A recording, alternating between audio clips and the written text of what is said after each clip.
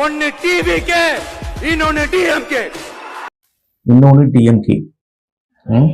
75 வருட அரசியல் பயணத்தை கொண்ட திராவிட முன்னேற்ற கழகத்திற்கு முன்னோடி கட்சி ஒன்று இருக்கு. இப்ப இருக்கக்கூடிய அனைத்து திட்டங்களுக்கும் அடித்தளமிட்ட ஒரு கட்சி. 1916 டாக்டர் நடேசன், DM நாயர், தியாகராயர் இவர் 3 நாளும் தொடங்கப்பட்ட சவுத் இந்தியன் லிபரல் ஃபவுண்டேஷன் மக்களால் நீதி கட்சி என்று அறியப்பட்டது. காமராஜர் அவர்கள் மதிய உணவு திட்டம் கொண்டு வருவதற்கு முன்னாடியே சென்னை மாநகரத்தில் மதிய உணவு திட்டம் கொண்டு வரப்பட்டது. 1921 முதல் முறை பெண்களுக்கு வாக்குரிமை தந்தது.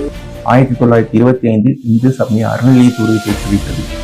ஒரத்த நாடு தர்மச்சத்திரத்துல பிராமணர்களுக்கு மட்டுமே சாப்பாடு என்ற உரிமையை ஒழித்து பஞ்சமர்கள் ஏழைகளும் சாப்பிடலாம் என்ற முறையை கொண்டு வந்தது நீதி கட்சி.